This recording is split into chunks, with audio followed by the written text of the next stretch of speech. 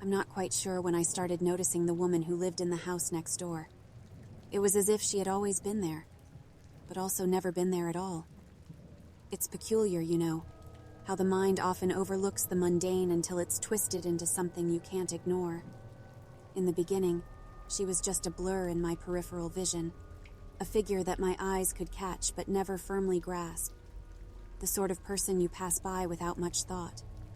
It was only over time that I began to see her, truly see her, and with that sight came an uncanny realization that dug its claws deep into my psyche. Our neighborhood was a quiet one, a place where people nodded politely at each other but kept to their own business. It was an unspoken agreement, a way of life. And it was during one of these courteous yet distant encounters that I first glimpsed her. She had the same weary look in her eyes that I found in the mirror every morning, the same strands of hair escaping from a hastily made ponytail. It was a fleeting encounter, barely a moment, yet something within me stirred uncomfortably. The next time I saw her, it was from my window, her face obscured by the golden curtain of hair that seemed to move exactly like mine in the gentle breeze. The uneasy feeling grew, an itch deep inside my brain that I couldn't scratch. It was silly, utterly silly to think that she resembled me. But as days turned into weeks, my conviction only intensified.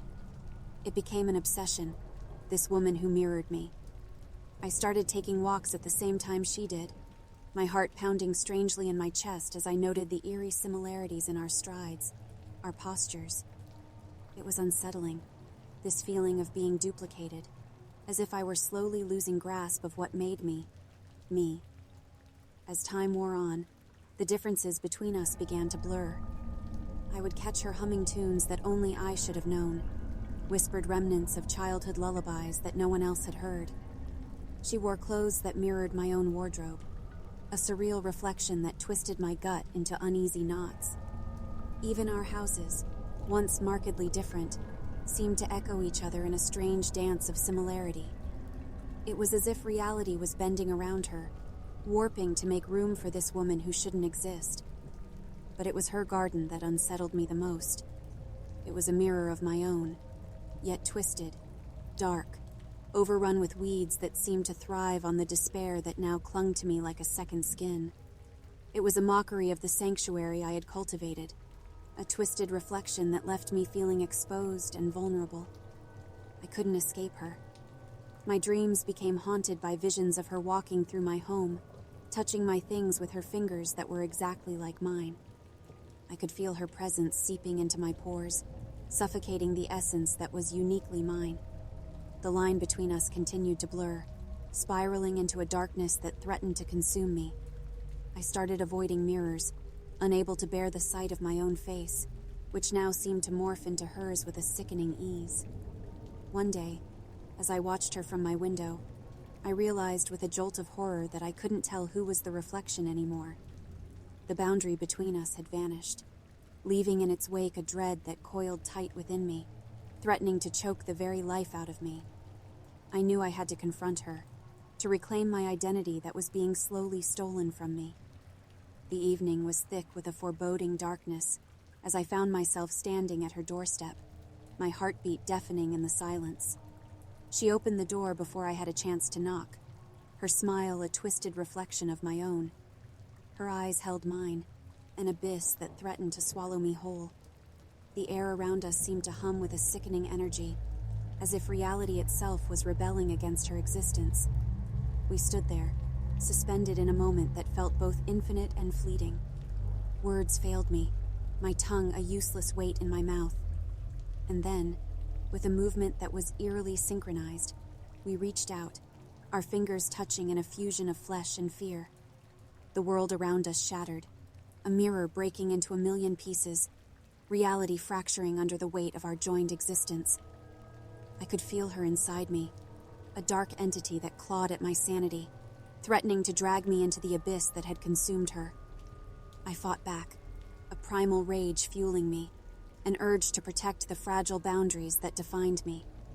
It was a battle waged in the recesses of our minds, a struggle for identity, for existence. As the sun rose, a piercing light that shattered the darkness, I found myself lying on the ground, alone yet not alone. The house next door stood empty, a shell of what it once was, its garden a wasteland of twisted vines and despair. I stumbled back to my home, my sanctuary, yet nothing felt the same. The world around me seemed duller, its colors leached of their vibrancy. I could feel her inside me, a dark shadow that clung to my very soul.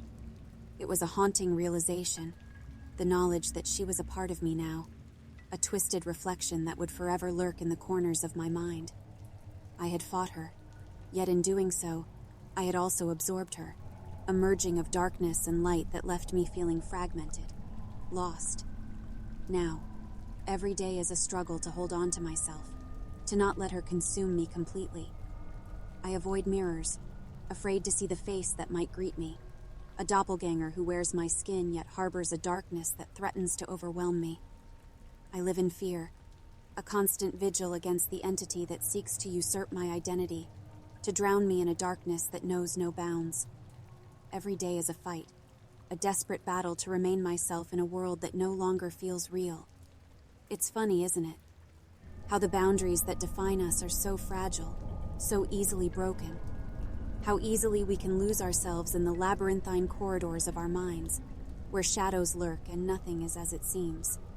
Next time you catch a glimpse of your neighbor, a person you pass by without much thought, take a moment to really see them, and pray that the person looking back at you is truly who they seem to be, and not a reflection of the darkness that lies hidden within us all. Remember, in this world where realities blur and boundaries are fragile, it might just be that the person next door is watching, waiting to become you.